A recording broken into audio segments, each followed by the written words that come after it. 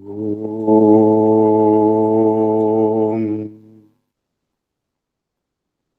ശൈവാചലസമാധിസ്ഥം ശിവചൈതന്യരൂപിണം നാരായണഗുരും ധ്യായേൽ സർവസിദ്ധിപ്രദായിനം. ഓം ശാന്തി ശാന്തി ശാന്തി.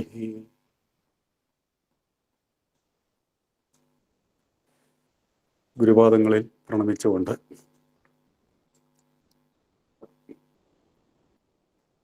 ഗുരുവിൻ്റെ ശിഷ്യപ്രശിഷ്യ പരമ്പരയെ സ്മരിച്ചുകൊണ്ട്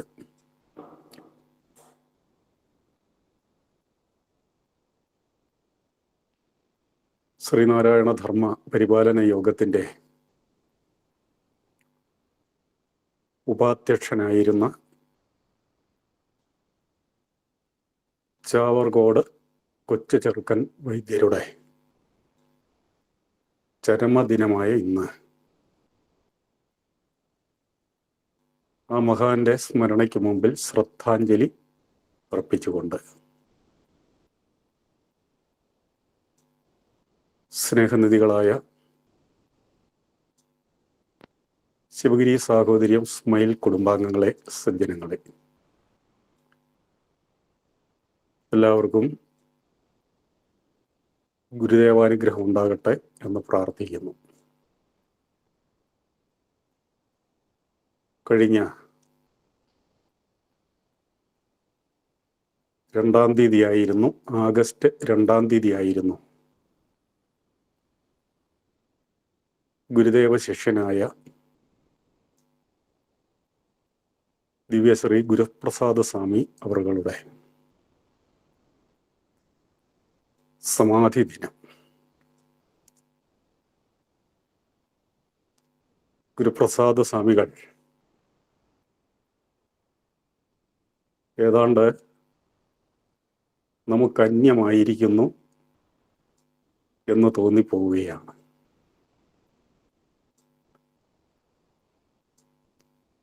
അദ്ദേഹത്തെ പോലെ കർമ്മനിരതനായിരുന്ന ഉണ്ടായിരുന്നോ എന്ന സംശയമാണ്.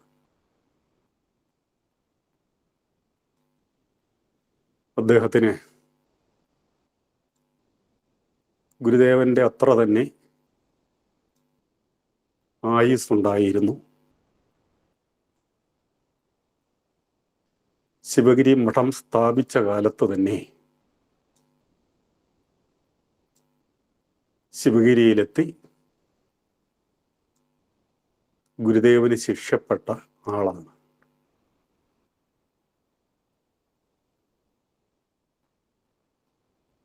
അദ്ദേഹം മലബാറിന്റെ ഒരു പ്രതിനിധിയായിരുന്നു.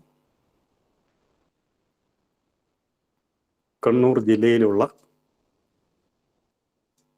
തലശ്ശേരിക്ക് സമീപമുള്ള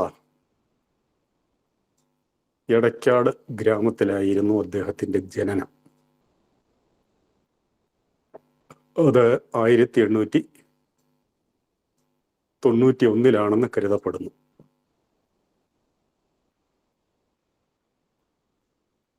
അദ്ദേഹത്തിൻ്റെ കുടുംബ പശ്ചാത്തലങ്ങളെക്കുറിച്ച് കൂടുതലൊന്നും അറിയില്ല. എന്ന് പറഞ്ഞാൽ അങ്ങനെയുള്ള കാര്യങ്ങളൊക്കെ രേഖപ്പെടുത്തുന്ന കാര്യത്തിൽ ചരിത്രകാരന്മാർ ശുഷ്കാന്തി കാണിച്ചില്ല എന്ന് കരുതാവുന്നതാണ്. അങ്ങനെ വിസ്മരിക്കപ്പെടേണ്ട ഒരാളല്ല ഗുരുപ്രസാദ സ്വാമികൾ. 1963 വരെ അദ്ദേഹം ജീവിച്ചിരുന്നു. അദ്ദേഹത്തിന് മാതാപിതാക്കൾ വളരെ ബാല്യത്തിൽ തന്നെ നഷ്ടപ്പെടുകയുണ്ടായി. എന്നാൽ അത് അദ്ദേഹത്തിൻ്റെ ഭാവിയെ ഒരു തരത്തിലും ബാധിച്ചില്ല. മലബാറിൽ പ്രസിദ്ധമായ തത്ത എന്ന തറവാട്ടിലായിരുന്നു അദ്ദേഹത്തിൻ്റെ ജനനം. പ്രഗത്ഭന്മാർ പലരും ഉണ്ടായിരുന്ന ഒരു തറവാടാണത്. മൂർക്കോത്ത് കുമാരൻ്റെ ഭാര്യയുടെ ഒരു സഹോദരി ഈ തത്ത തറവാട്ടിലേക്കാണ് വിവാഹം ചെയ്യപ്പെട്ടത്. അത്തരത്തിൽ മൂർക്കോത്ത് കുമാരനുമായി ഗുരുപ്രസാദ സ്വാമിക്ക് നല്ല ആത്മബന്ധമുണ്ടായിരുന്നു.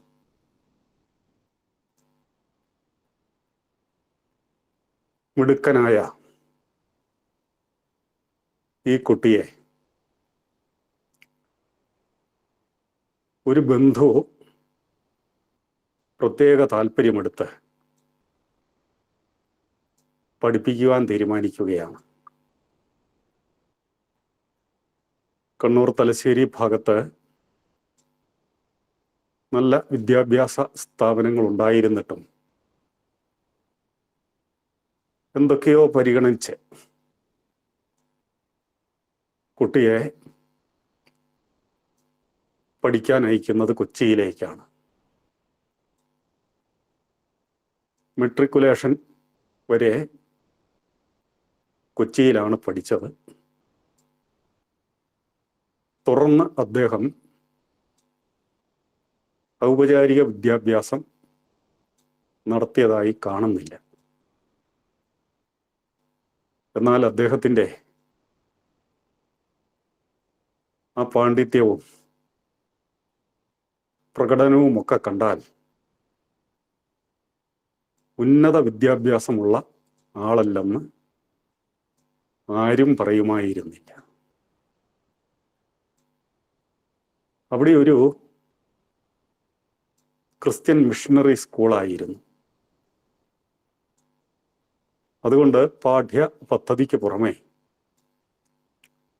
ബൈബിൾ പഠനവും നിർബന്ധിതമായിരുന്നു. ഇതിൽ ഗുരുപ്രസാദ് സ്വാമി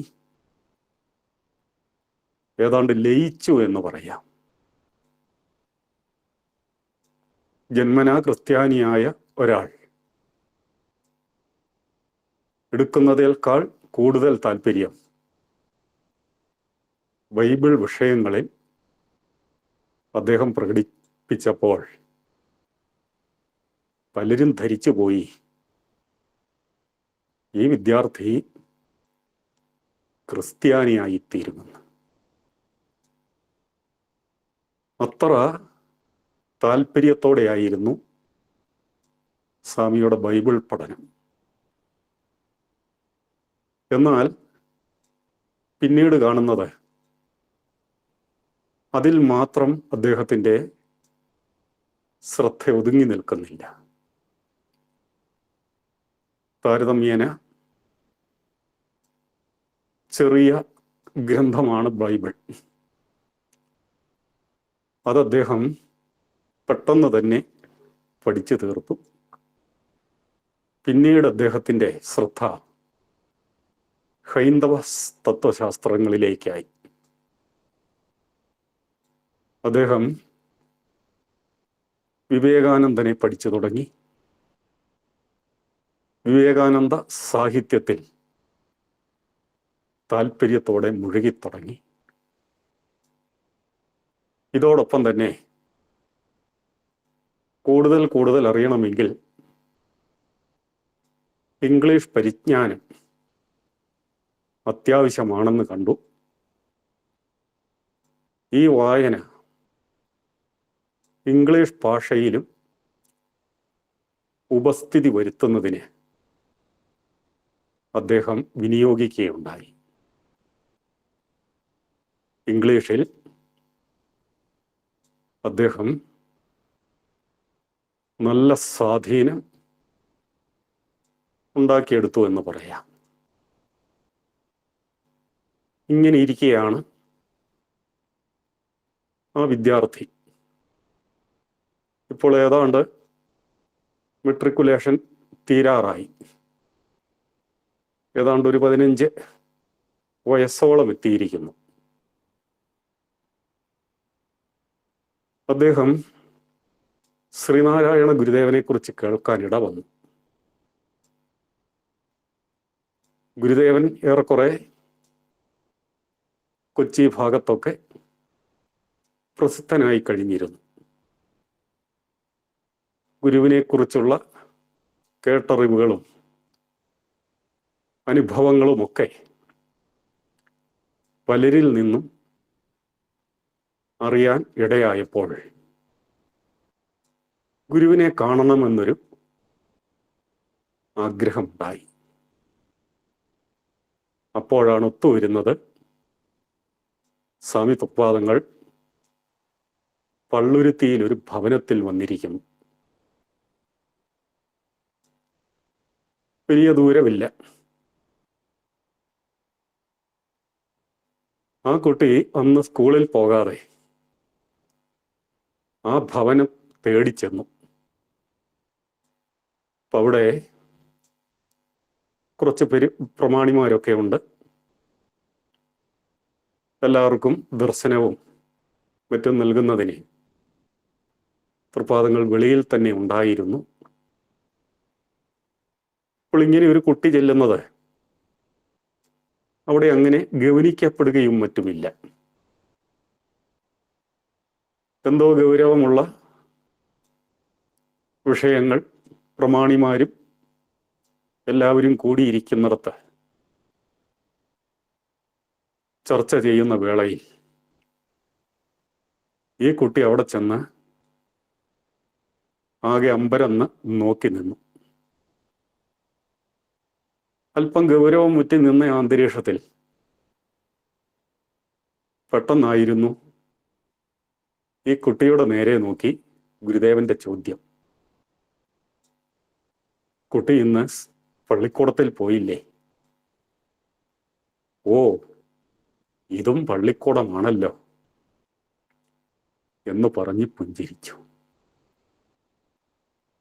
എല്ലാവരും ഈ കുട്ടിയെ ഒരു നിമിഷം ശ്രദ്ധിച്ചു എന്ന് മാത്രമേ ഉള്ളൂ.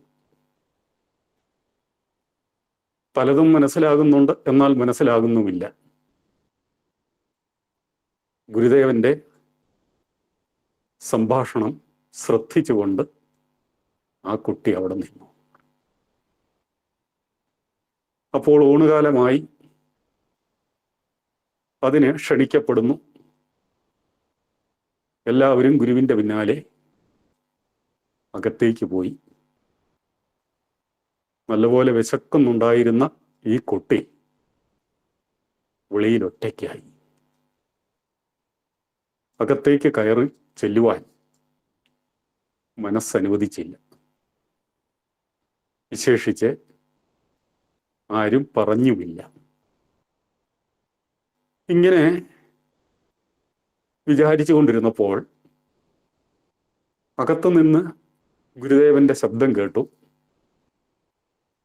പുറത്ത് ആ ഉടുപ്പിട്ട് നിൽക്കുന്ന കുട്ടിയെ, വിദ്യാർത്ഥിയെ വിളിക്കൂ. അപ്പൊ തന്നെ ആള് വന്ന് ആ കുട്ടിയെ അകത്തേക്ക് ആനയിക്കുകയും ഗുരുവിനോട് ഒപ്പമിരുത്തി ഭക്ഷണം കഴിപ്പിക്കുകയും ചെയ്തു.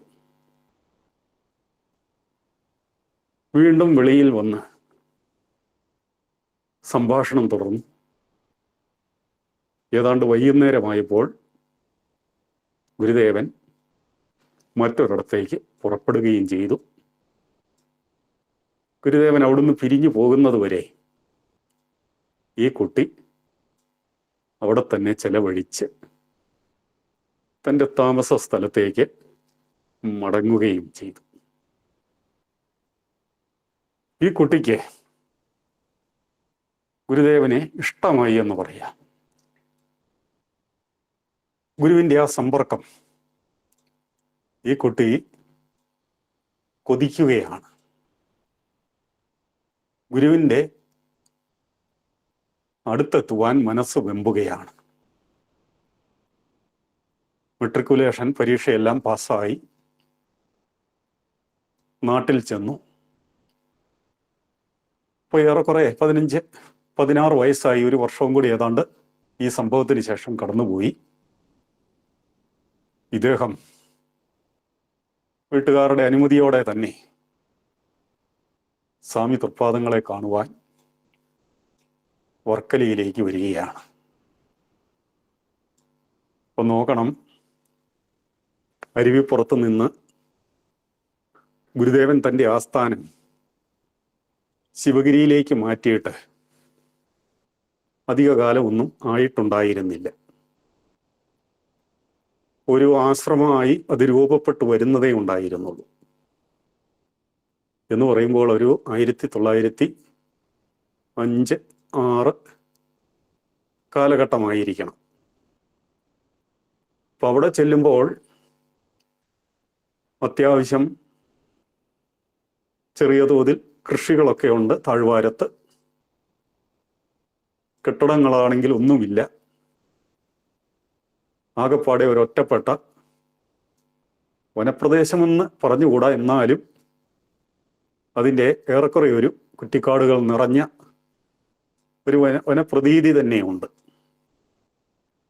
അവിടെ ഒരു പർണശാല,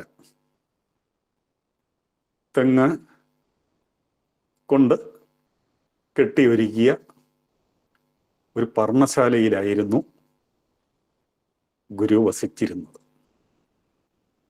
നോക്കണം, അത്രയും പഴക്കമുണ്ട്. അപ്പോൾ അവിടെ ആളൊഴിഞ്ഞ സമയം നോക്കി സ്വാമികൾ ചെന്നു. കണ്ടപാടെ പുഞ്ചിരിച്ചുകൊണ്ട് ഗുരുദേവൻ ചോദിക്കുകയാണ്, ഓ, അവിടെ വെച്ച് കണ്ട ആളല്ലേ? പള്ളുരുത്തിയിൽ വെച്ച് കണ്ട ആളല്ലേ? ഈ യുവാവിൻ്റെ നാവ് ചലിച്ചില്ല. ഒന്നും പ്രതിവചിക്കാനും പറ്റിയില്ല. വന്ദിച്ച് അതിനോട് അനുഭാവം കാണിക്കാൻ മാത്രമേ സാധിച്ചുള്ളൂ.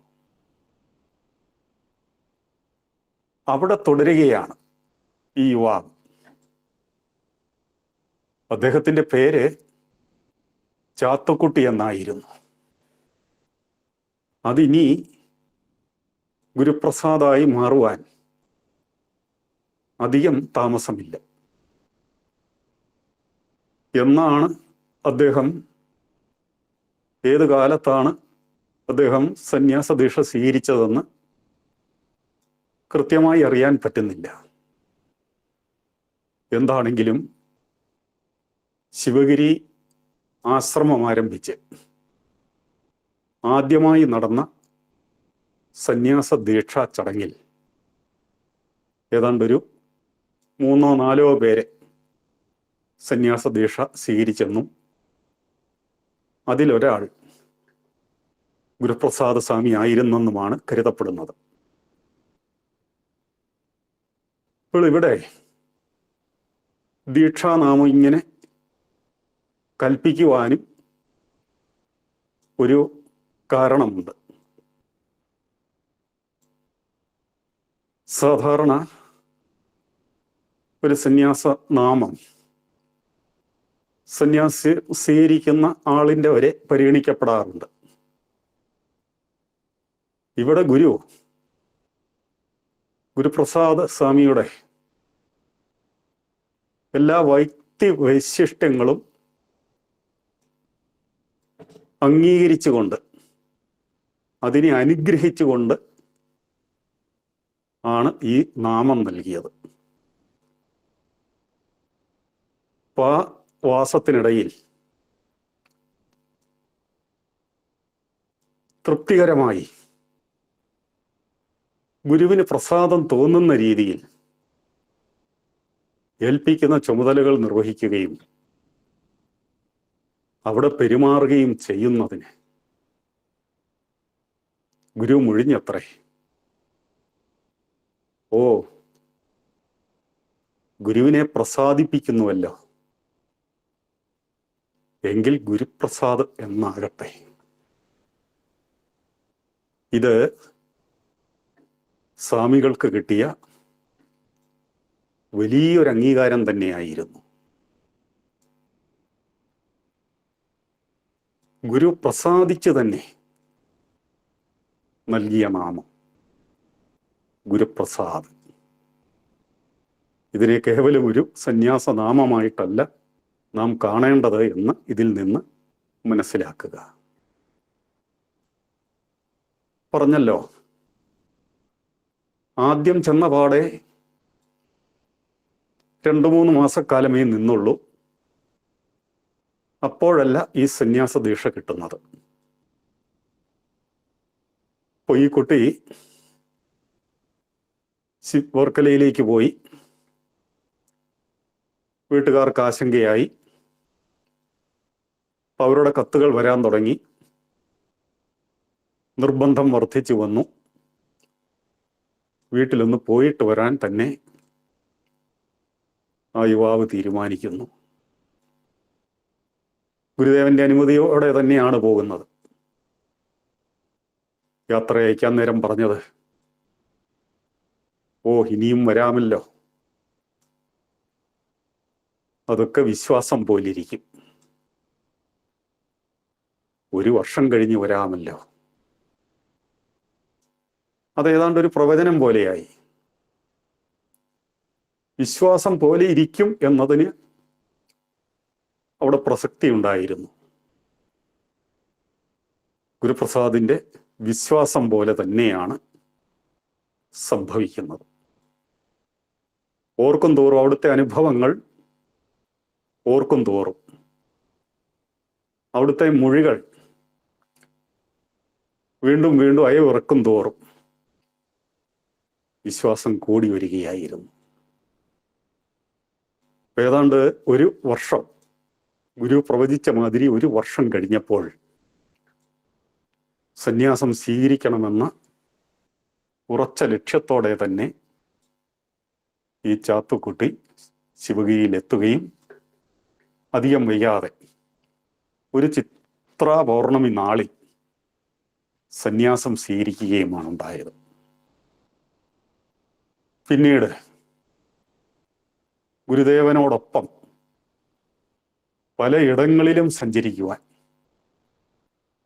ഗുരുദേവന്റെ അനുചരനായി മാറുവാനുള്ള ഭാഗ്യമാണ് ഗുരുപ്രസാദ് സ്വാമികൾക്കുണ്ടാകുന്നത്.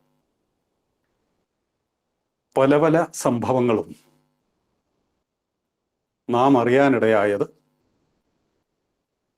ഗുരുപ്രസാദ് സ്വാമികളിലൂടെയാണ്. നമ്മൾ അറിയണം, ഗുരുദേവന്റെ സമഗ്രമായ ജീവചരിത്രം മൂർക്കോത്ത് കുമാരനാണ് എഴുതുന്നത്. മൂർക്കോത്ത് കുമാരൻ ഇത് എഴുതുമ്പോൾ തലശ്ശേരിയിൽ ഉണ്ടായിരുന്നു ഗുരുപ്രസാദ് സ്വാമികൾ. സ്വാമികളുടെ നല്ല പ്രേരണ മൂർക്കോത്തിൽ ഉണ്ടായിരുന്നത് കൊണ്ടാണ് അത് അത്ര വേഗം പൂർത്തിയാക്കുവാനും പ്രസിദ്ധീകരിക്കുവാനും ഇടവന്നത്. അതിലേക്കാവശ്യമായ പല വിവരങ്ങളും ലഭ്യമാക്കുന്നതിൽ ഉത്സാഹിച്ചത് ഗുരുപ്രസാദ് സ്വാമികളാണ്. അതിലേക്ക് ചേർക്കേണ്ടതായ ഗുരുദേവ കവിതകളും അതുപോലെ ഗുരുദേവ വാണികളും എല്ലാം ലഭ്യമാക്കിയത് സ്വാമികളായിരുന്നു. ഇതെല്ലാം നമ്മൾ വായിച്ചാണ് ഗുരുദേവനോട് അടുത്തതും ഗുരുവിനെ കൂടുതൽ കൂടുതൽ അറിഞ്ഞതും. അപ്പം നാം അറിയാതെ തന്നെ ഗുരുപ്രസാദ് സ്വാമികളുടെ പല പല സേവനങ്ങളും അനുഭവിച്ചുകൊണ്ടാണ് പോകുന്നത്. പക്ഷേ സ്വാമികളെ നമ്മൾ അറിയുന്നേയില്ല. അതവിടെ നിൽക്കട്ടെ. സന്യാസാനന്തരം ഏതാണ്ട് തെക്കൻ പ്രദേശങ്ങളിലായിരുന്നു അദ്ദേഹം കൂടുതൽ ചെലവഴിച്ചത്. ഗുരുദേവൻ താൽക്കാലികമായ ചില ചുമതലകൾ നൽകുമായിരുന്നു. പലയിടങ്ങളിലൂടെയും നടന്നു പോകുമ്പോൾ, പല ഇടങ്ങളിലും വിശ്രമിക്കുമ്പോൾ ഗുരുദേവനിൽ നിന്നും പല പല കാര്യങ്ങളും അറിയുവാൻ കഴിയുമായിരുന്നു. ആ ഇടയ്ക്ക് ഗുരുദേവന്റെ അത്ഭുത സിദ്ധികളെ കൂടുതൽ കൂടുതൽ അതിശയോക്തി കലർത്തി അതിനെ അവിശ്വസനീയമാക്കി തീർക്കുന്ന ഒരു പ്രവണതയുണ്ടായിരുന്നു. ഇതിൻ്റെ എല്ലാം നിജസ്ഥിതി ചോദിച്ചറിഞ്ഞതും അങ്ങനെ ഇതൊക്കെ അതിരുവിട്ടു പോകാതെ ഒരു വസ്തുത കഥനത്തിലേക്ക് ഇതിനെയൊക്കെ കൊണ്ടുവന്നതും സ്വാമികളുടെ പരിശ്രമം കൊണ്ടാണ്. ഒരിക്കൽ തിരുവനന്തപുരത്ത് ഗുരുവിനോടൊപ്പം സ്വാമികൾ എത്തുകയുണ്ടായി. അവിടെ തന്നെ താമസിച്ചു കൊള്ളുവാൻ ഗുരുദേവൻ സ്വാമികളോട് കൽപ്പിക്കുകയുണ്ടായി. അവിടെ ഒരു ആലുമ്മൂട് ഭവനമുണ്ടായിരുന്നു. ആ ഭവനത്തിൻ്റെ ഉടമസ്ഥൻ തിരുവനന്തപുരത്തെ ധനാഢ്യനും ഗുരുദേവ ശിഷ്യനും ഡോക്ടർ പൽപുവിൻ്റെ സഹോദരീ ഭർത്താവുമായിരുന്ന മാധു കുത്തകക്കാരന് ഒറ്റി കൊടുത്തിരിക്കുകയായിരുന്നു. അന്നത്തെ കാലത്ത് ഏതാണ്ട് ഒരു 3000 രൂപയ്ക്ക് ഒറ്റിപ്പണയത്തിന് ഈ ആലുമ്മൂട് ഭവനം അതിൻ്റെ ജന്മി ഉടമ മാധു കുത്തകക്കാരന് നൽകുകയുണ്ടായി. അദ്ദേഹത്തിന് എല്ലാ സൗകര്യങ്ങളോടും കൂടിയ വീടുണ്ട്. എത്ര അതിഥികളെ വേണമെങ്കിലും സൽക്കരിക്കാനുള്ള സൗകര്യമുണ്ട്, ശേഷിയുണ്ട്. ഈ വീട് പലപ്പോഴും സ്വാമി തൃപ്പാദങ്ങൾക്ക് സ്വൈര്യമായി താമസിക്കാനുള്ള ഇടമായി മാറുകയുണ്ടായി. അപ്പം ആ വീട്ടിൽ ആ പ്രദേശത്തെ പല കാര്യങ്ങളും നോക്കി നടത്തുവാൻ, അവരെയൊക്കെ സഹായിക്കുവാൻ, അവിടെ സ്ഥിരമായി താമസിച്ചു കൊള്ളുവാനാണ് ഗുരുദേവന്റെ കൽപ്പന. ഗുരുപ്രസാദ് സ്വാമി ഗുരു എന്ത് കൽപ്പിക്കുന്നു അതിനെ നിറവേറ്റുക എന്നൊരു വ്രതക്കാരനായിരുന്നു. അദ്ദേഹം അവിടെ താമസിച്ചുകൊണ്ട് പല പല പ്രവർത്തനങ്ങളിലും മുഴുകുന്നുണ്ട്. അങ്ങനെ കുറെ നാളുകൾ ചെന്നപ്പോൾ തൃപ്പാദങ്ങൾ വീണ്ടും അവിടെ സന്ദർശിക്കുകയാണ്. ഇപ്പൊ ഈ ആലുമ്മൂട് ഭവനത്തിൻ്റെ ജന്മി തൃപ്പാദങ്ങളുടെ മുമ്പിൽ ഒരു കാര്യം ഉണർത്തിക്കുകയുണ്ടായി. ഈ ഒറ്റി ഒഴിഞ്ഞാൽ ഈ ആലുമ്മൂട് ഭവനം തൃപ്പാദങ്ങൾക്കായി സമർപ്പിച്ചു കൊള്ളാം. തൃപ്പാദങ്ങൾക്കായിട്ടത് സമർപ്പിച്ചു കൊള്ളാം. അന്നത്തെ നിലയ്ക്ക് ഇതൊരു വലിയ കാര്യമായിരുന്നു. പല പല കാര്യങ്ങൾക്കും അത് പ്രയോജനപ്പെടുമായിരുന്നു. ഓർക്കണം, SNDP യോഗത്തിൻ്റെ ഓഫീസ് തിരുവനന്തപുരത്ത് വാടക കെട്ടിടത്തിലാണെന്ന് പ്രവർത്തിക്കുന്നത്. പലവട്ടം കെട്ടിടങ്ങൾ മാറി മാറി പരീക്ഷിക്കുകയുണ്ടായി. അതിനൊരു ആസ്ഥാനമില്ല. ആസ്ഥാനം ഇല്ലാഞ്ഞിട്ടല്ല, അരിഹുപ്പുറമാണ് ആസ്ഥാനം. പക്ഷെ പ്രവർത്തന സൗകര്യത്തിന് വേണ്ടി അത് തിരുവനന്തപുരത്തേക്ക് മാറ്റിയിരിക്കുകയാണ്. അപ്പൊ ഇങ്ങനെ ഒരു സമർപ്പണം വന്നാൽ അത് ധർമ്മപരിപാലന യോഗത്തിന്റെ കാര്യാലയമാക്കാം. ആശാനെ പോലെയുള്ള ത്യാഗികൾക്ക് താമസിക്കാൻ പല പല സൗകര്യങ്ങളുമുണ്ട്, മെച്ചങ്ങളുമുണ്ട്. അപ്പൊ അത് എല്ലാവർക്കും ഒരു ആവേശം പകർന്നതായിരുന്നു. എന്നാൽ ഗുരുദേവൻ ആ കാര്യത്തിൽ പൊതുവെ കാണുന്നത് പോലെ പുറമേ നോക്കുമ്പോൾ അതിലെല്ലാം ഒരു ഉദാസീനത പ്രകടമാകും. അപ്പൊ അതിൽ ആവേശം കൊള്ളുകയില്ല, അതിനെ നിഷേധിക്കത്തുമില്ല.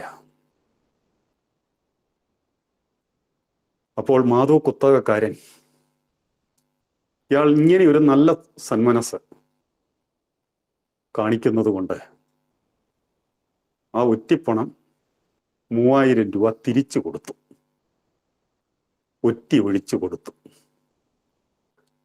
ഇത് ശ്രീനാരായണ ഗുരുദേവനായിട്ട് സമർപ്പിക്കപ്പെടുന്നതല്ലേ.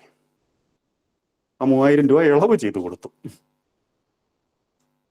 പക്ഷേ സംഭവിച്ചത് മറ്റൊന്നാണ്. അയാൾ ഇതങ്ങ് മറന്നു. അയാൾ കൊടുത്തില്ല. അത് എത്രത്തോളം നിരാശ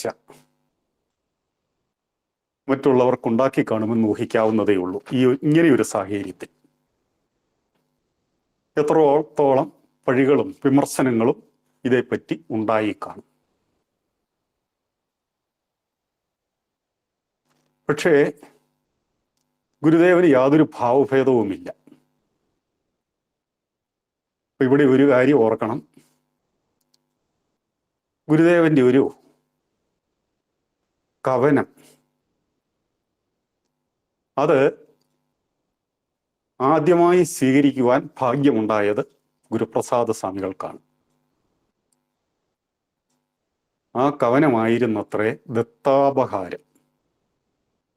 ദത്താപഹാരം പിന്നീടത് സദാചാരം എന്ന് അറിയപ്പെട്ടു. കൊടുത്തത് തിരിച്ചങ്ങോട്ടെടുക്കുന്നവൻ എത്രയും നിസ്വന എന്നുള്ള ആ ദത്താപഹാരം. അപ്പൊ ഇതേപ്പറ്റി തെറ്റിദ്ധാരണകളുണ്ട്, അല്ലെങ്കിൽ മറിച്ചൊരു വാദവുമുണ്ട്. ഈ ആലുമ്മൂട് ഭവനമെന്ന് പറഞ്ഞപ്പോൾ സുപ്രസിദ്ധമായ കാർത്തികപ്പള്ളിയിലെ ആലുമ്മൂട്ടിൽ ചാന്നാരുടെയും ഒക്കെ കാര്യമാണ് കൂടുതൽ ചർച്ച ചെയ്യപ്പെട്ടത്. ഈ സംഭവത്തിനൊക്കെ വളരെ ശേഷമാണ് പൊയ്പ്പേരിയിലുള്ള ആലുമ്മൂട്ടിൽ ചാന്നാരുടെ ആ വസ്തു ഗുരുദേവനായിട്ട് കൊടുക്കുന്നതും അതിൽ പിന്നെ അനന്തരാവകാശികളാണ് തർക്കം പറയുന്നത്. അത് അവസാനം ഗുരുദേവനിൽ തന്നെ വന്നു ചേരുകയുണ്ടായി. ആ വസ്തു കൊടുത്തിട്ട് തിരിച്ചെടുത്തതിൻ്റെ പേരിലാണ് സദാചാരം എന്ന കൃതി ഉണ്ടായതെന്ന് ഒരു മറുവാദവുമുണ്ട്. ഇപ്പോൾ നാം പറയുന്നത് ഗുരുപ്രസാദ സ്വാമിയുമായിട്ട് ബന്ധപ്പെട്ട് രേഖപ്പെടുത്തപ്പെട്ട കാര്യങ്ങളാണ്. അപ്പൊ അവിടെ സ്വാമികൾക്ക് ഈ ഗുരുദേവ പ്രസ്ഥാനത്തിൻ്റെ പ്രാരംഭഘട്ടം മുതൽ ഉണ്ടായിരുന്ന ഒരു സ്വാധീനം, ഗുരുദേവന്റെ പ്രതിപുരുഷൻ എന്നോണം തന്നെ പലയിടത്തും പ്രവർത്തിക്കുകയും ഇടപെടുകയും ചെയ്യേണ്ട ആ വലിയൊരു അംഗീകാരം, ഇത് നമ്മൾ ഒന്നോർത്ത് നോക്കണം. മറ്റൊരിക്കൽ തിരുവനന്തപുരത്ത് ഗുരു സഞ്ചരിക്കുമ്പോൾ ഡോക്ടർ പൽപ്പുവിൻ്റെ തോപ്പിൽ ഭവനത്തിലും കയറുകയുണ്ടായി. ഡോക്ടറുടെ വന്ധ്യമാതാവ് പപ്പമ്മ, അവരെക്കുറിച്ച് ആദ്യത്തെ സ്ത്രീ സമാജവുമായിട്ടൊക്കെ ബന്ധപ്പെടുത്തി നമുക്കറിയാം. അവർ പ്രായാധിക്യത്തിൽ അത്യാസന്ന നിലയിൽ കിടക്കുകയായിരുന്നു. അവിടെ ഗുരുപ്രസാദ് സ്വാമികളോടും ഒന്ന് രണ്ട് ശിഷ്യന്മാരോടും നിങ്ങൾ ഇവിടെ തന്നെ നിന്നുകൊള്ളുവാൻ കൽപ്പിച്ചിട്ട് തൃപ്പാദങ്ങൾ ആലുവയ്ക്ക് മടങ്ങി. ആ നിയോഗമനുസരിച്ച് ഈ അമ്മയെ ശ്രദ്ധിച്ചുകൊണ്ടും അമ്മയ്ക്ക് വേണ്ടി പ്രാർത്ഥിച്ചുകൊണ്ടും ഗുരുപ്രസാദ് സ്വാമികൾ അവിടെ തന്നെ കഴിഞ്ഞുകൂടി. അങ്ങനെ ഇരിക്കുമ്പോൾ ആലുവ അദ്വൈതാശ്രമത്തിൽ നിന്ന് ഒരു കമ്പി വരുന്നു, കമ്പി സന്ദേശം. അപ്പൊ ആ കമ്പി സന്ദേശത്തിൽ ഈ അമ്മയ്ക്ക് വേണ്ടി ഞങ്ങൾ എല്ലാവരും പ്രാർത്ഥിക്കുന്നു എന്ന് ഗുരുവിൻ്റെ കൽപ്പന പ്രകാരം എഴുതിയിരിക്കുകയാണ്. അപ്പൊ ഈ അമ്മയ്ക്ക് വേണ്ടി ഗുരുദേവൻ അയച്ച ഈ കമ്പി സന്ദേശം ഈ അമ്മയുടെ കയ്യിലേക്ക് വെച്ചു കൊടുത്തു. വിറയാർന്ന കയ്യോടെ ആ അമ്മ അത് കൂട്ടിപ്പിടിച്ച് നെഞ്ചോട് ചേർത്തു. ഗുരുവിൻ്റെ ആ സന്ദേശം നെഞ്ചോട് ചേർത്തുകൊണ്ടാണ് ഡോക്ടർ പൽപുവിൻ്റെ ആ വന്ധ്യമാതാവ് ചരമഗതി അടഞ്ഞത്. ഗുരുപ്രസാദ് സ്വാമികൾ അതിന് സാക്ഷിയാണ്. ആലുവായിൽ മടങ്ങിയെത്തിക്കഴിഞ്ഞ് സ്വാമികൾ ഇതിനെക്കുറിച്ച് അന്വേഷിക്കുകയുണ്ടായി. അപ്പോൾ അറിയാൻ കഴിഞ്ഞത് പെട്ടെന്നൊരു നിമിഷം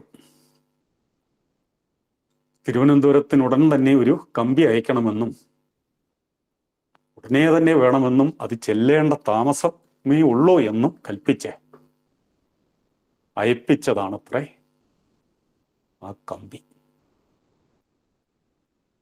അത് സ്വീകരിച്ചുകൊണ്ട്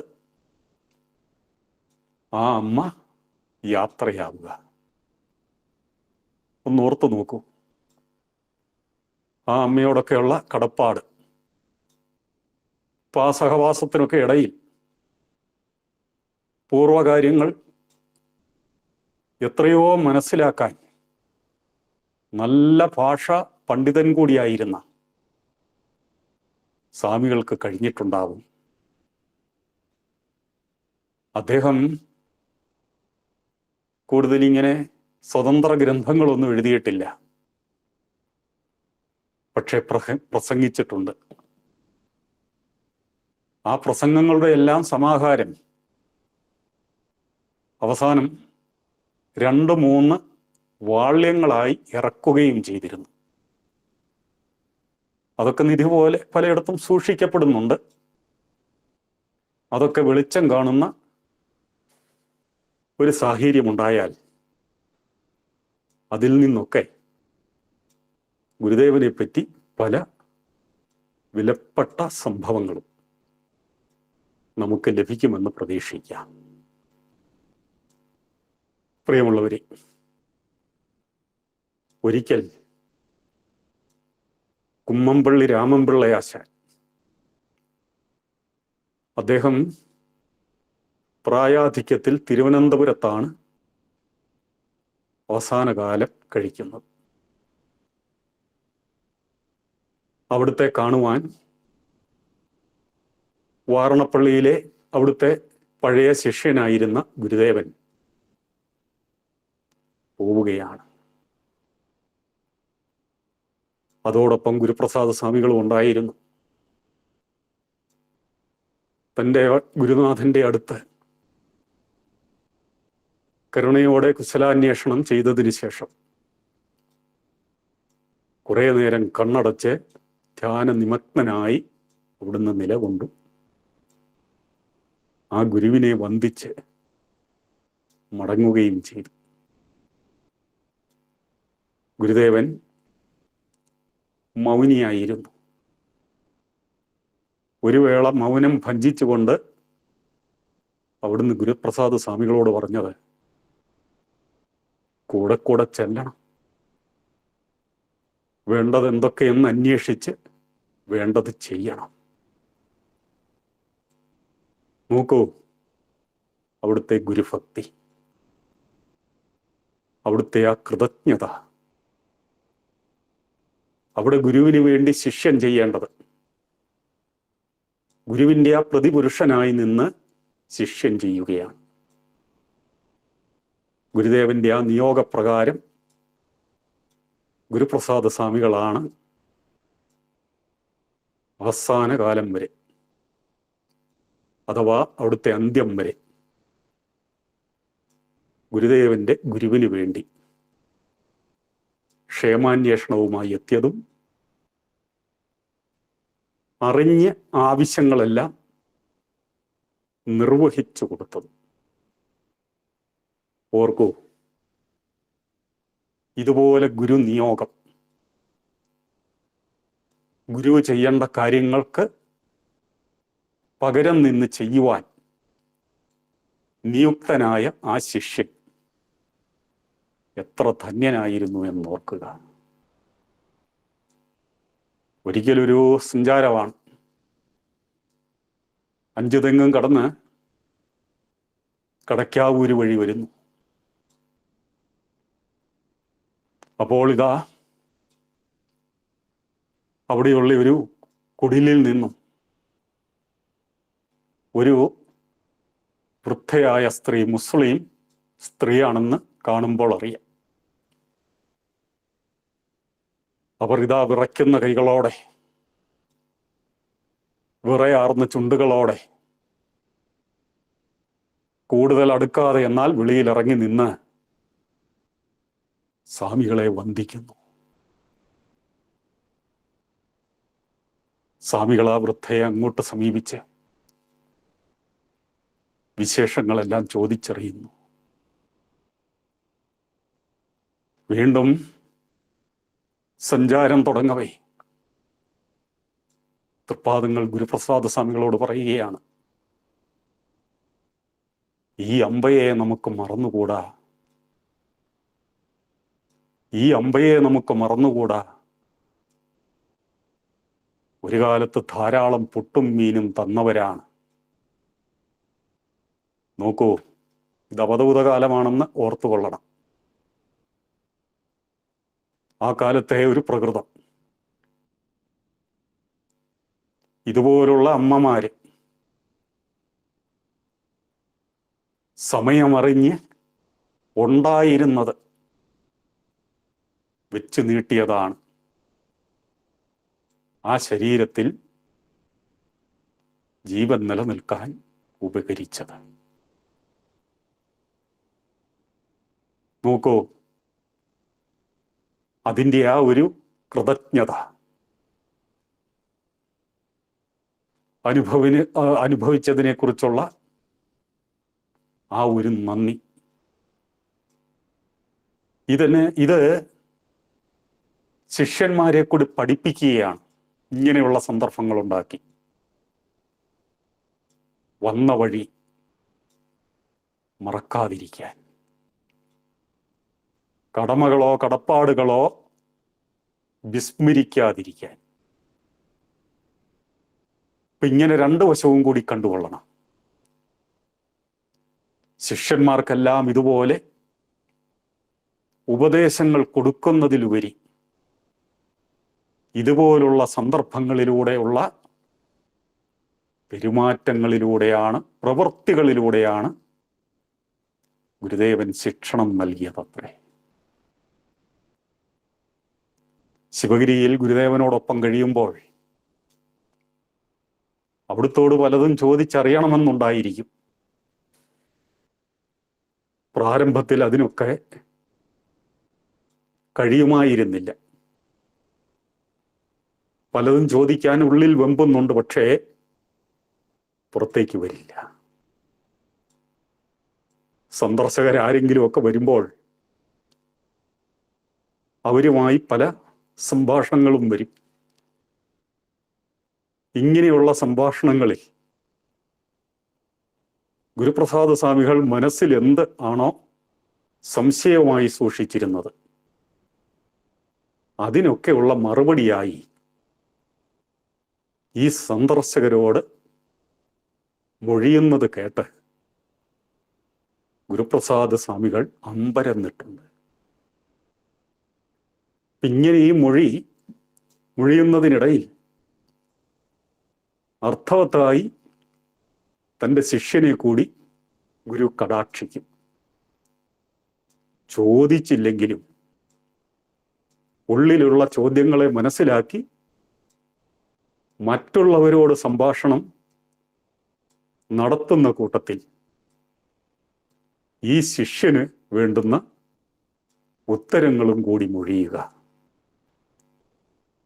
ഇത് സ്വാമികളുടെ ഒരു സവിശേഷ അനുഭവമായിരുന്നു. ഇത് ഒറ്റപ്പെട്ട ഒരു സംഭവമായിരുന്നെങ്കിൽ വേണ്ടില്ല. പലപ്പോഴും ഇത്തരം സന്ദർഭങ്ങൾ ആവർത്തിക്കപ്പെട്ടിട്ടുണ്ടെന്നാണ് സ്വാമികൾ പറയുന്നത്. ഒരിക്കൽ സ്വാമികൾ ഗുരുവിനോട് തുറന്നു തന്നെ ചോദിക്കും. ഇപ്പൊ തിരുവനന്തപുരത്തൊക്കെ അതിശയോക്തി കലർന്ന ഒരു കഥ പ്രചരിച്ചിരുന്നു.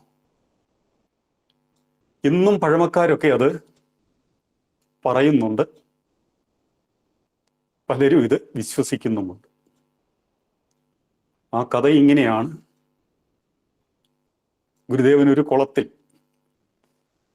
അത് പത്മതീർത്ഥത്തിലാണെന്ന് വരെ പറയുന്നവരുണ്ട്, എന്തോ ആയിക്കോട്ടെ, ഒരു കുളത്തിൽ കുളിക്കാൻ ചെന്നു. അപ്പം അവിടെ സവർണർ ചെന്ന് അദ്ദേഹത്തെ കയറ്റിവിടാൻ ശ്രമിച്ചു, വിലക്കാൻ ശ്രമിച്ചു. അങ്ങനെ തൃപ്പാദങ്ങൾ അവിടെ നിന്ന് പോയി. പക്ഷെ അവർ കുളിക്കാൻ ചെന്നപ്പോൾ ആ കുളത്തിൽ ഒരു വറ്റ് വെള്ളം പോലും ഇല്ലായിരുന്നത്രേ. അപ്പൊ ഇതുപോലുള്ള കഥകൾ ധാരാളം പ്രചരിക്കുന്നുണ്ട്. ഗുരുപ്രസാദ സ്വാമികൾ നോക്കുമ്പോൾ പല അത്ഭുത സംഭവങ്ങൾക്കും അദ്ദേഹം സാക്ഷിയാണ്. ഇതുള്ളതാണോ? ഇതിൻ്റെ നിജസ്ഥിതി അറിയുവാൻ ഉള്ള കൗതുകത്തിനാണ് നേരെ ചോദിക്കുന്നത്. അപ്പൊ തൃപ്പാദങ്ങൾ അതിന് മറുപടി പറയാതിരുന്നില്ല. ഓ, നാം ഒരു കുളത്തിലിറങ്ങി കുളിച്ചു. ഇപ്പൊ ഏതാനും പേർ നമ്മെ തടയാൻ വന്നു. പക്ഷേ പിന്നെ അവർക്ക് എന്തോ ഭയം തോന്നിയിരിക്കും. അവർ അവിടം വിട്ടുപോയി. ഇതാണ് ഗുരു അതിന് പറഞ്ഞ മറുപടി. പൂരിപ്പിച്ചൊരു കാര്യവും കൂടി. ശ്രദ്ധിക്കാത്തവർക്ക് ഇതിനോട് ബന്ധമില്ല എന്ന് തോന്നിയേക്കാം. പക്ഷേ ശിഷ്യന് വലിയൊരു പാഠം കൂടി നൽകുകയാണ്. അരുവിപ്പുറത്തെ താമസകാലത്ത് പാറപ്പുറത്തൊക്കെ പുലികളെ കാണുമായിരുന്നു.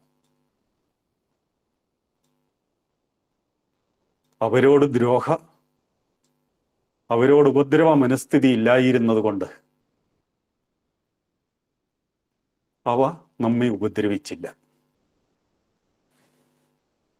ഇപ്പം നമുക്ക് ചിന്തിച്ച് മനസ്സിലാക്കേണ്ട ഒരു കാര്യമുണ്ട് അതിനകത്ത്. ഗുരുവിനെ ഉപദ്രവിക്കാൻ വന്നവർ ഉപദ്രവിക്കാതെ പോയത് എന്തുകൊണ്ട്? അഥവാ ഉപദ്രവിക്കാൻ വന്നവരെ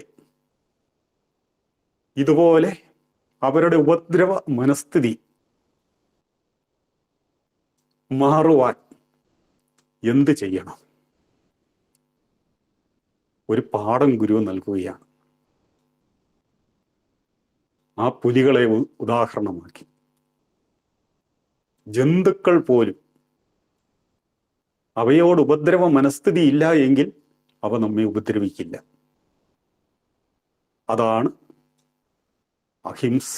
അഹിംസാവ്രതത്തിൻ്റെ അപാര ശക്തി. ഇവിടെയും അത് തന്നെയാണ് സംഭവിച്ചത് എന്ന് ഗുരു ചൂണ്ടിക്കാട്ടിയതാണ്. അവർക്കെന്തോ ഭയം തോന്നി, അവർ പോയി. ഇതായിരുന്നു ഗുരുപ്രസാദ് സ്വാമിക്ക് കിട്ടിയ ഉത്തരം. പ്രിയമുള്ളവരെ, എത്രയോ അനുഭവങ്ങൾ ഏതാണ്ട് 1914 അദ്വൈതാശ്രമം അത് രൂപപ്പെട്ട് അവിടെ സൗകര്യങ്ങളൊക്കെ ഒരുങ്ങി വരുന്നതേ ഉള്ളൂ. ഇപ്പൊ ഗുരു എവിടെ കിടക്കുന്നു? വെളിയിൽ സാധാരണ കിടക്കുന്ന ഗുരുപ്രസാദ് സ്വാമികളാണ്.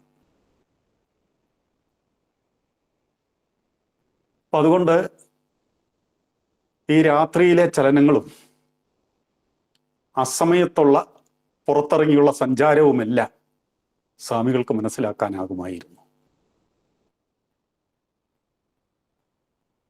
അങ്ങനെ അസമയത്തൊക്കെ പോകുന്ന കൂട്ടത്തിൽ പല അനുഭവങ്ങളും സ്വാമികൾക്കുണ്ടായിട്ടുണ്ട്. ഒരു രാത്രി രാവേറെ ചെന്നപ്പോൾ നല്ല വെളിച്ചം പരക്കുന്നത് പോലൊരു തോന്നൽ. സ്വാമികൾ എഴുന്നേറ്റു. ഗുരുവിന്റെ മുറിയിൽ നിന്നുമാണെന്ന് ഓലക കൊണ്ടുണ്ടാക്കിയ ഒരു പർണശാലയാണ്. അപ്പൊ അതിൽ നിന്നാണ് നല്ല ഒരു പ്രകാശം അനുഭവപ്പെട്ടത്. സ്വാമികൾ എഴുന്നേറ്റു. ഇതിനിടയ്ക്ക് തൃപ്പാദങ്ങൾ വിളക്ക് കത്തിച്ചോ. എന്തൊരു വെളിച്ചമാണ്! എഴുന്നേറ്റ് പാളി നോക്കിയപ്പോൾ തൃപ്പാദങ്ങൾ എഴുന്നേറ്റിരിക്കുന്നു. തൃപ്പാദങ്ങളുടെ ചുറ്റും ഒരു പ്രഭാവലയമാണ് സ്വാമികൾ കാണുന്നത്. അത് വിളക്കിന്റെ പ്രകാശമായിരുന്നില്ല. കൂടുതൽ നോക്കി നിൽക്കുവാൻ സ്വാമികൾക്കാകുമായിരുന്നില്ല. അങ്ങനെ രഹസ്യത്തിൽ നോക്കിക്കൂടാ, നോക്കിപ്പോയി. തൃപ്പാദങ്ങള് അവിടെ അങ്ങനെ എത്ര നേരം ഇരുന്നു എന്നൊന്നും സൂക്ഷിക്കാൻ പോയില്ല. കണ്ണുകൾ അടച്ച് അവിടെ കിടന്നു. ഇതുപോലുള്ള പല അനുഭവങ്ങൾക്കും നേർസാക്ഷിയാണ് സ്വാമികൾ. ഒരിക്കൽ തമിഴകത്ത് പോകുന്നു. തമിഴകത്ത് ഈ മൈലാപ്പൂർ എന്ന സ്ഥലത്ത് എത്തിച്ചേരുന്നു. അത് മദ്രാശിക്ക് ഒരു സമീപ പ്രദേശമാണ്. അവിടെ താമസിച്ചിരുന്ന മാളികയിൽ നിന്നും അസമയത്ത് ഏതാണ്ട് ഒരു രാത്രി 3 മണിക്ക് ഇതാ ഗുരുദേവൻ ഉണർന്ന് എഴുന്നേറ്റ് വെളിയിലോട്ട് പോരുന്നു. പതിപോലെ ആ വെളിയിൽ കിടന്നിരുന്ന സ്വാമികളും എഴുന്നേറ്റൊപ്പം നടന്നു. അതിങ്ങനെ നടന്ന് കടൽപ്പുറത്തോടെയൊക്കെ വന്ന് ഒരു കാട്ടിലെത്തി. ഇപ്പൊ എത്ര നടന്നിരിക്കും? അവിടെ ഒരു ക്ഷേത്രമുണ്ടായിരുന്നു. ഇപ്പം ഏറെ നേരത്തെ മണിക്കൂറുകളുടെ യാത്രയാണ്, നടപ്പാണ്. വിശപ്പ് തോന്നി തുടങ്ങി. അപ്പൊ തൻ്റെ വിശപ്പല്ല കാര്യം, തൃപ്പാദങ്ങൾക്ക് പ്രഭാത കൃത്യങ്ങളുണ്ട്,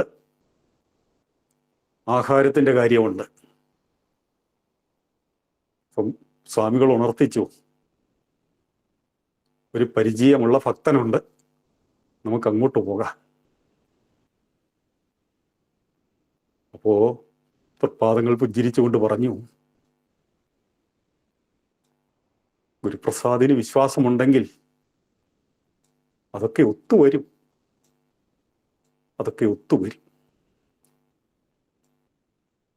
അല്പം കഴിഞ്ഞതേ ഉള്ളൂ.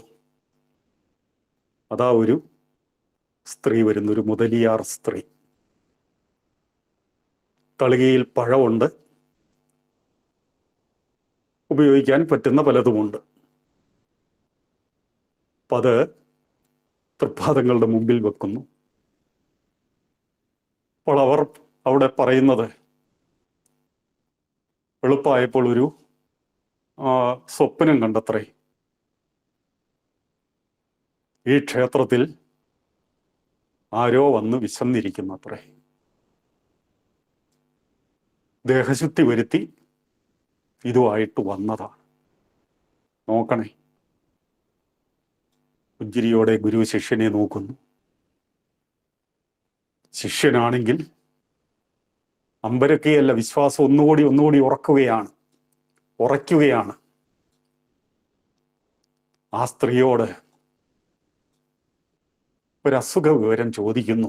ആദ്യം കാണുകയാണെന്ന് ഓർക്കണം. അവർക്ക് ആ അസുഖമുണ്ടായിരുന്നു. സാരമില്ല, സുഖപ്പെട്ടുകൊള്ളൂ എന്ന് അനുഗ്രഹിച്ച് ആ കൊണ്ടുവന്നതിൽ നിന്ന് ഒരു പഴം എടുത്തു കൊടുത്ത് ആ സ്ത്രീയെ യാത്രയാക്കുന്നു.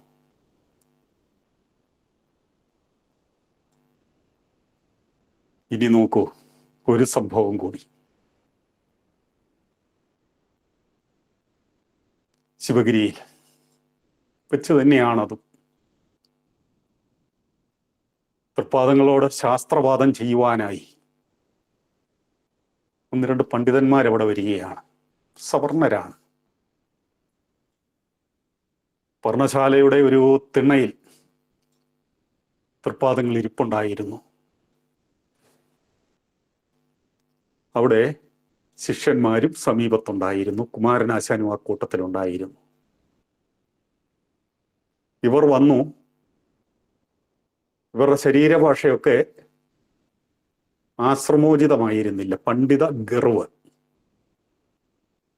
അവർക്ക് ആചാര്യന്മാരില്ലാഞ്ഞിട്ടൊന്നുമല്ല, പക്ഷെ ഇവിടെ അതൊന്നും ആചരിക്കേണ്ട എന്ന് ഒരു മുൻവിധിയുണ്ട് എന്ന് അവരുടെ ആ പെരുമാറ്റത്തിൽ നിന്നും മനസ്സിലാക്കാം. ഒരാൾ നിലത്ത് ചവിട്ടി ഒരു കാലെടുത്ത് തിണ്ണയ്ക്ക് വെച്ചുകൊണ്ട് ഗുരു ഇരിക്കുന്ന ആ തിണ്ണയിലേക്ക് കാല് പൊക്കി ചവിട്ടി നിന്നുകൊണ്ട് സംഭാഷണം ആരംഭിച്ചു. ഗുരുവിന് ഭാവഭേദമൊന്നുമില്ല. ഗുരുപ്രസാദ് സ്വാമി ഇത് കണ്ടു നിന്നു. പക്ഷേ സഹിക്കാൻ പറ്റിയില്ല. എന്തോ അയാളോട് പറയാനായിട്ട് ആഞ്ഞപ്പോൾ കുമാരനാശാൻ വിലക്കി. അതൊക്കെ സ്വാമി തന്നെ ആയിക്കൊള്ളും.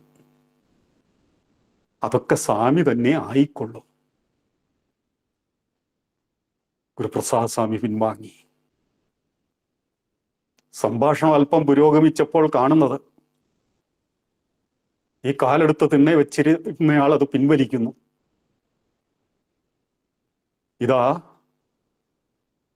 അവരൊന്നൊന്നായി വിട കൊള്ളാൻ നേരം തൃപ്പാദങ്ങളെ നമസ്കരിച്ച് പിരിയുന്നു. നോക്കൂ, ഇത് ഗുരുപ്രസാദ് സ്വാമിക്ക് ഉണ്ടായ മറ്റൊരനുഭവമാണ്. നമ്മളിനി ചിന്തിച്ചാൽ, കേറി എങ്ങാനും പറഞ്ഞിരുന്നെങ്കിൽ അങ്ങനെ പറയാൻ പാടുണ്ടായിരുന്നോ? തൃപ്പാദ സന്നിധിയാണ്, ശാസ്ത്രവാദം ചെയ്യാൻ വന്ന അതിഥികളാണ്. അപ്പൊ ഇതെല്ലാം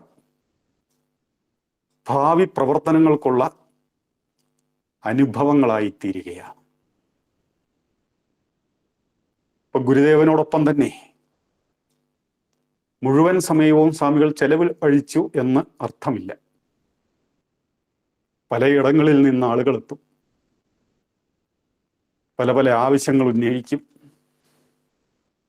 അങ്ങനെ ആവശ്യപ്പെടുന്ന സ്ഥലങ്ങളിലേക്കൊക്കെ ഗുരുദേവൻ ഗുരുപ്രസാദ് സ്വാമികളെ നിയോഗിക്കുകയാണ്. അങ്ങനെയാണ് തലശ്ശേരി ജഗന്നാഥ ക്ഷേത്രത്തിൽ കുറേ കാലം അദ്ദേഹം താമസിച്ച് പ്രവർത്തിക്കുകയുണ്ടായത്. അത് മൂർക്കോത്ത് കുമാരന്റെ അപേക്ഷ അനുസരിച്ചായിരിക്കണം. അവർ ബന്ധുക്കളുമാണല്ലോ. അപ്പോൾ അവിടെ മിക്കവാറും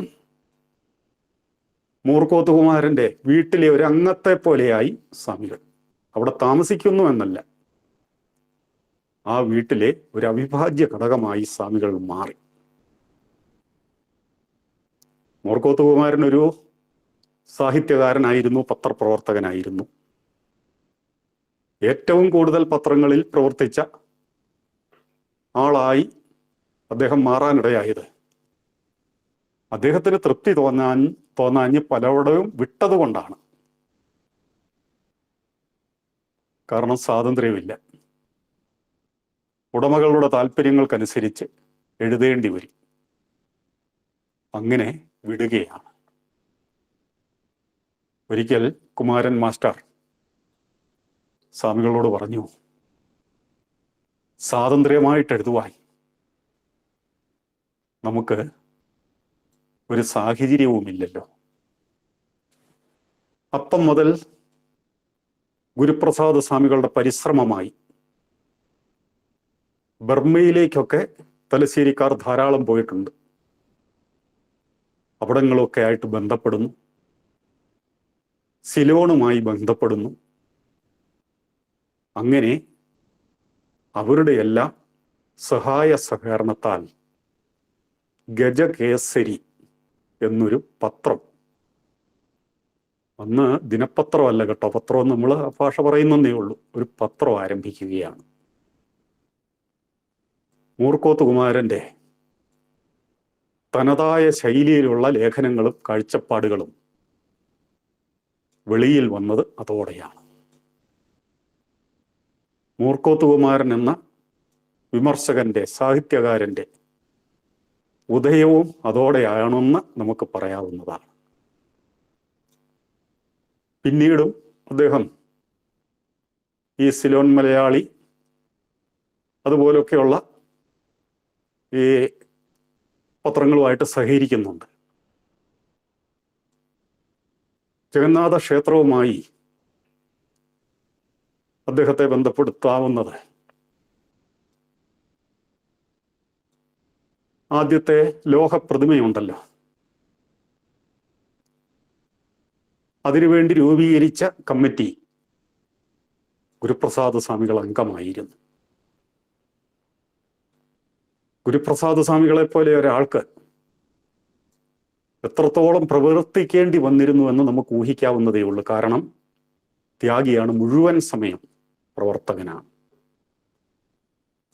സ്വാമികളുടെ ഒരു നല്ല പ്രയത്നം അതിൻ്റെ സംഘാടനത്തിനുണ്ട്. പക്ഷേ എല്ലായിടത്തും എന്നതുപോലെ സ്വാമികളെക്കുറിച്ച് പരാമർശിച്ചെങ്കിലായി ചിലയിടങ്ങളിൽ സ്വാമികൾ ചെയ്ത സേവനങ്ങളെക്കുറിച്ച് പരാമർശിക്കാൻ എന്തുകൊണ്ടോ, മനഃപൂർവ്വമല്ല എന്തുകൊണ്ടോ വിട്ടുപോയി. ഇദ്ദേഹം ഒരു ദ്രോഹവും ചെയ്തിട്ടില്ല, ഒരനിഷ്ടവും ചെയ്തിട്ടില്ല. തികച്ചും ഗുരുദേവ ഹിതാനുസാരിയായി മാത്രം ജീവിച്ച പ്രവർത്തിച്ച ഒരാൾ. ഗുരുപ്രസാദ് എന്ന് പറയുമ്പോൾ ഗുരുവിൻ്റെ ആ പ്രസാദം വിളംബരം ചെയ്തുകൊണ്ട് നടന്നയാൾ. ജീവചരിത്രങ്ങളിലൊന്നും അർഹിക്കുന്ന പരാമർശം അദ്ദേഹത്തെക്കുറിച്ചില്ല. അത് വലിയൊരു ആചാര്യ നിന്ദയായി ഇനിയുള്ള തലമുറ കണ്ട് അതിനെ പരിഹാരം ചെയ്യേണ്ടതാണ് എന്ന് ഓർമ്മിപ്പിക്കുകയാണ്. നമുക്കറിയാം, മംഗലാപുരത്താണ് കുദ്രോളി ക്ഷേത്രം. അവിടെയും അതിലെ പ്രധാനികളുടെ ആവശ്യപ്രകാരം ഗുരുദേവൻ ഗുരുപ്രസാദ് സ്വാമികളെ നിയോഗിക്കുകയുണ്ടായി. അവിടെ ആ ക്ഷേത്രാചാരങ്ങൾ ചിട്ടപ്പെടുത്തു വന്നതിൽ ഗുരുപ്രസാദ് സ്വാമികൾക്കാണ് മുഖ്യ പങ്ക്. പല രീതിയിലത് ആയിപ്പോകുമായിരുന്നു. ഈ തലശ്ശേരിയിലും കുദ്രോളിയിലുമൊക്കെ മറ്റൊരു പ്രശ്നവും കൂടി ഉണ്ടായിരുന്നു. ബ്രഹ്മസമാജം, ഹൈന്ദവമെന്ന് പറയാം, അവർക്ക് അവരുടേതായ ചില പ്രവർത്തനങ്ങളുണ്ട്, അതിൻ്റെതായ ഒരു ഗ്രൂപ്പിസവും ഉണ്ട്. തലശ്ശേരി ജഗന്നാഥ ക്ഷേത്ര സ്ഥാപന വേളയിലൊക്കെ അത് വലിയ ചേരിതിരിവായതാണ്, തർക്കമായതാണ്. സാക്ഷാൽ സ്വാമി തൃപ്പാദങ്ങൾക്ക് തന്നെ ഇടപെടേണ്ടി വന്നു അതിനെ രഞ്ജിപ്പിക്കുവാൻ. അതിനുശേഷമാണ് അവിടെ ക്ഷേത്രം പണിയാൻ സാധിച്ചത്. സമാനമായ ഒരു സാഹചര്യം അവിടെയും ഉരുണ്ടുകൂടിയിട്ടുണ്ടായിരുന്നു. ഈ ക്ഷേത്രം ഇങ്ങനെ സ്ഥാപിക്കപ്പെട്ടെങ്കിലും അതിൻ്റെ മുൻനിന്ന് പ്രവർത്തിച്ച പലരും മറ്റ് സമ്പ്രദായങ്ങളെ കൂടി പുൽകുന്നവരായിരുന്നു. അവരുടെ ആ വിശ്വാസ രീതിയൊക്കെ ഇതിലേക്ക് കൂടി കടന്നു വരാൻ തുടങ്ങി, അല്ലെങ്കിൽ ചെലുത്താൻ തുടങ്ങി. അങ്ങനെ അവിടെയും ഒരു സംഘർഷം രൂപപ്പെട്ടു വരികയാണ്.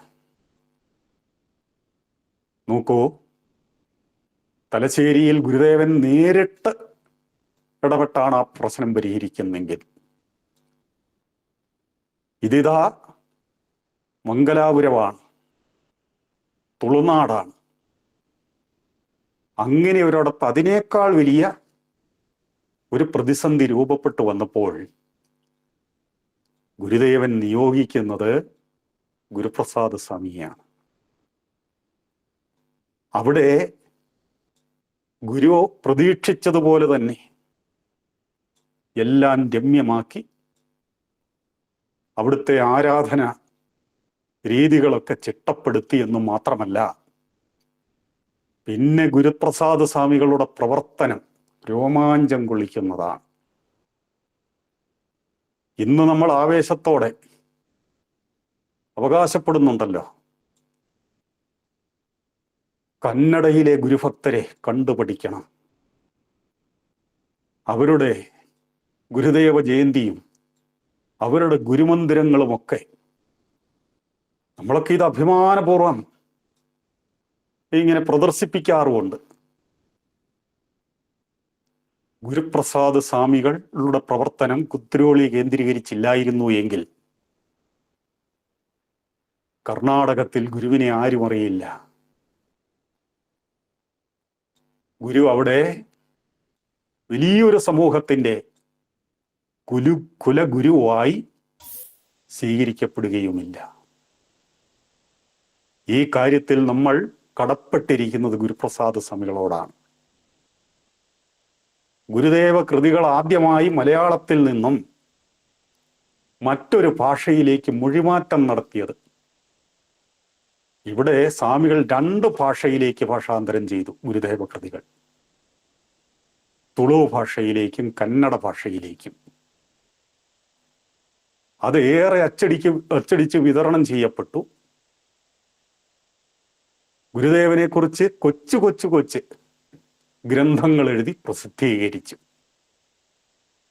എന്നു മാത്രമല്ല, മലയാളം സംസാരിക്കുന്നത് പോലെ, ഇംഗ്ലീഷ് സംസാരിക്കുന്നത് പോലെ ഒഴുക്കോടെ കന്നഡയിലും തുളുവിലും പ്രസംഗിക്കുവാനുള്ള സ്വാമികളുടെ ആ വൈദഗ്ധ്യം എടുത്തു പറയേണ്ടതാണ്. ഇതെല്ലാം ഗുരുവിൻ്റെ അനുഗ്രഹമായിരുന്നു, ഗുരുവിൻ്റെ പ്രസാദമായിരുന്നു എന്ന് കരുതിക്കൊള്ളണം. അവിടെ നിന്ന് കന്നഡ നാട് പുറകോട്ട് പോന്നിട്ടില്ല. ശ്രീനാരായണ ഗുരുദേവനെ കുറിച്ച് കൂടുതൽ അവിടെ പ്രചരിച്ചു കൊണ്ടിരിക്കുന്നു. ഗുരുമന്ദിരങ്ങൾ, ഗുരുക്ഷേത്രങ്ങൾ വ്യാപകമായി കൊണ്ടിരിക്കുന്നു. ഗുരുദേവ സംബന്ധിയായ മുഖ്യമായ ഗുരുദേവ ജയന്തി ആഘോഷം അവിടുത്തെ ഒരു സംഭവമായി മാറിയിരിക്കുന്നു. അവിടെ ബില്ലവരെ കുറിച്ച് മാത്രമേ നമ്മൾ കേൾക്കുന്നുള്ളൂ. പൂജാരി സമൂഹം ഗുരുദേവനെ കുലഗുരുവായി സ്വീകരിക്കുന്നതിൽ അന്നത്തെ കാലത്ത് തന്നെ ഗുരുപ്രസാദ് സ്വാമികളുടെ പ്രചരണം വിജയിച്ചു എന്നുള്ളതാണ്. അദ്ദേഹം ഒരു മികച്ച പ്രാസംഗികനായിരുന്നു. തെന്നിന്ത്യ മുഴുവൻ അദ്ദേഹത്തിൻ്റെ പ്രസംഗ പര്യടനങ്ങളുണ്ടായിരുന്നു. അദ്ദേഹം ഈ പ്രസംഗിച്ചതെല്ലാം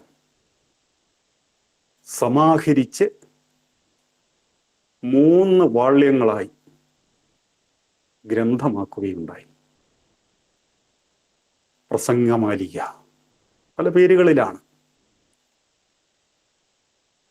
അതൊക്കെ വീണ്ടെടുക്കേണ്ടതുണ്ട്.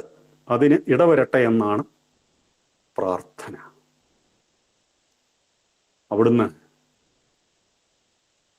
തമിഴകത്ത് പ്രവർത്തിച്ചിട്ടുണ്ട്. തമിഴകത്തുകൊണ്ട് നമുക്ക് സ്ഥാപനങ്ങൾ, ഗുരുദേവന്റെ കാലത്ത് തന്നെ ഉണ്ടായ സ്ഥാപനങ്ങൾ. കാഞ്ചീപുരമുണ്ട്, മദ്രാസ് വൈപ്പേരിയുണ്ട്, മധുരയുണ്ട്, മാമ്പലം, അങ്ങനെ പലയിടങ്ങൾ. ഗുരുപ്രസാദ സ്വാമിയുടെ ഒരു പ്രത്യേകത, ഒരുപക്ഷെ ഗുരുപ്രസാദ സ്വാമിക്ക് മാത്രമുള്ള ഒരു പ്രത്യേകത, അന്ന് ശിവഗിരിയുടെ ശാഖകളായി എവിടമെല്ലാം ഉണ്ടായിരുന്നോ അവിടെയെല്ലാം പ്രവർത്തിച്ചു. കുറച്ചു കാലമെങ്കിലും നിൽക്കാത്ത ഒരു ശാഖാസ്ഥാപനമില്ല. എല്ലാ ശാഖകളുമായി ബന്ധപ്പെട്ട് പ്രവർത്തിച്ച ഏക ഗുരുദേവ ശിഷ്യൻ ഗുരുപ്രസാദ സ്വാമികളാണ്. തമിഴകത്തൊക്കെ ഏതാണ്ട് മദ്രാസിൽ തന്നെ 10 കൊല്ലത്തോളം ഉണ്ടായിരുന്നു എന്നാണ് പറയുന്നത്. ഇപ്പൊ ഏതാണ്ട് ഒരു 10-15 കൊല്ലമെങ്കിലും ആ കണക്കിന് തമിഴകത്ത് തന്നെ പ്രവർത്തിച്ചിട്ടുണ്ടാവണം. ബഹുഭാഷാ പണ്ഡിതൻ, ഹിന്ദി അറിയാം, കന്നഡ അറിയാം, തമിഴ് അറിയാം, സംസ്കൃതം അറിയാം, മലയാളം അറിയാം. ബോംബെ പോലുള്ള സ്ഥലങ്ങളിൽ ചെന്ന് ഇംഗ്ലീഷ് പ്രസംഗങ്ങളാണ് അത്ര നടത്തിയിരുന്നത്. ഇംഗ്ലീഷ് പ്രസംഗങ്ങളുടെയും ഒരു വാള്യം തന്നെയുണ്ട്. അദ്ദേഹം ഭാരത പര്യടനവും നടത്തുകയുണ്ടായി. അത് സന്യാസ സമ്പ്രദായത്തിൽ അനിവാര്യമാണ്. ഗുരുവിൻ്റെ അനുമതിയോടെ ഹിമാലയവുമെല്ലാം ഉത്തരേന്ത്യ മുഴുവൻ തീർത്ഥാടനം നടത്തി തിരിച്ചു വരുന്നു. അപ്പോൾ ഒരിക്കൽ അദ്ദേഹത്തിന് ഒരു തലയ്ക്ക് ഒരു പ്രയാസം അനുഭവപ്പെടുകയുണ്ടായി. ഉപായങ്ങൾ കൊണ്ടൊന്നും ചികിത്സ കൊണ്ടൊന്നും അത് സുഖപ്പെട്ടില്ല. അദ്ദേഹത്തിന് മനസ്സിലായി, ഇനി ഗുരു തന്നെ ശരണം. ബോംബെയിൽ നിന്ന് വളരെ പ്രയാസപ്പെട്ട് സ്വാമികൾ ശിവഗിരിയിലെത്തി. തൃപ്പാദങ്ങളുടെ മുമ്പിൽ വന്ന് നമസ്കരിച്ചപ്പോൾ അറിയാതെ പൊട്ടിക്കരഞ്ഞുപോയി പാവം. സഹിക്കവയ്യാത്ത തലവേദന, എത്ര കാലമായി സഹിക്കുന്നു. തൃപ്പാദങ്ങൾ ശിഷ്യനോട് പറഞ്ഞു, ഗുരുപ്രസാദ് വിഷമിക്കേണ്ട, ഇത് രോഗമല്ല. എന്നിട്ട് ഉപദേശം കൊടുത്തു, പ്രാണായാമം ചെയ്യേണ്ട വിധി അത് തെറ്റിയതിൻ്റെതായിരുന്നു ഇത്. നോക്കൂ, ആ ശിഷ്യൻ ഇതിനോടകം ആ കടുത്ത വേദന തിന്ന് എന്തെല്ലാം, ഒരുപക്ഷെ തൻ്റെ അന്ത്യമാണോ എന്ന് പോലും സന്ദേഹിച്ചിട്ടുണ്ടാവണം. ഗുരുവിൻ്റെ സമീപത്ത് എത്തിയപ്പോൾ ഉണ്ടായ ആശ്വാസം അവിടുന്ന് അത്ഭുതത്തോടെ ഓർക്കാറുണ്ട്. മനസ്സിൽ എന്ത് കരുതുന്നു അതിനുള്ള സമാധാനം ഒരുപക്ഷെ അന്നേരമായിരിക്കില്ല പറയുന്നത്. പോകുന്ന വഴിക്ക് എന്തെങ്കിലും കാണും. ആ കാണുന്ന കാഴ്ചയെ ബന്ധപ്പെടുത്തിക്കൊണ്ട് 1000 വാക്ക് പറയേണ്ട സ്ഥാനത്ത് ഒരു രംഗം ചൂണ്ടിക്കാണിച്ചുകൊണ്ട് ശിഷ്യന് സമാധാനം കൊടുക്കുക, സംശയ നിവൃത്തി കൊടുക്കുക. ഇങ്ങനെ എത്രയോ അനുഭവങ്ങൾ അദ്ദേഹത്തിനുണ്ടായിട്ടുണ്ട്. അദ്ദേഹം ഇങ്ങനെ പലയിടങ്ങളിലൂടെ സേവ ചെയ്ത് സഞ്ചരിക്കുമ്പോൾ ധർമ്മസംഘത്തിൻ്റെ ജനറൽ സെക്രട്ടറി ആയിരുന്ന, ഇപ്പം നമ്മുടെ എല്ലാം ഒരു വികാരമായി തീർന്നിരിക്കുന്ന ധർമ്മതീർത്ഥ സ്വാമികൾ പുഞ്ചിരിച്ചു കൊണ്ടൊരിക്കലൊരു കാര്യം പറഞ്ഞു.